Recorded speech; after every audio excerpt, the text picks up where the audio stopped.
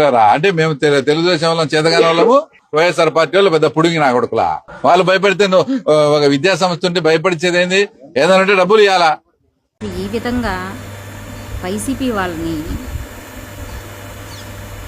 బూతులతోటి ఏవైతే మాట్లాడకూడదో ఆ విధంగా మాట్లాడుతున్నారు మన బీటెక్ రవి గారు. మరి ఈ మాటలు చంద్రబాబు నాయుడు గారికి, లోకేష్ గారికి, మరి ముఖ్యంగా పవన్ కళ్యాణ్ గారికి కనిపించట్లేదేమో.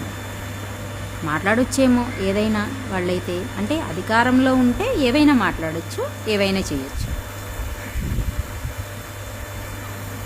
గతంలో వైసీపీ వాళ్ళు ఇలా చేశారు, అలా చేశారని ప్రచారాలు చేసినటువంటి మీరు ఈరోజు అదే బాటలో నడుస్తున్నారు.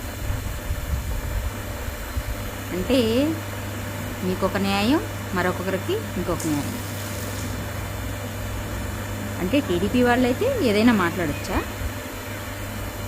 అంటే వాళ్ళకేమీ రెస్ట్రిక్షన్స్ ఉండవా? నాకైతే తెలియట్లేదు. ఈరోజు బీటెక్ రవి గారు ఏదైతే అంటున్నారో దమ్ము ధైర్యాల గురించి, ఇదే మాట రేపు జగన్ సార్ వచ్చిన తర్వాత ఆ మాట అనే సిచ్యువేషన్ వచ్చిద్దంటారా? తర్వాత మేమేం చేస్తాము, వారేం చేస్తారు అనేది పక్కన పెడితే అసలు ఈ విధంగా మాట్లాడగలరా? ఇదే ధైర్యంతో మాట్లాడతారా అనేది నా క్వశ్చన్. ఓకే, జై జై.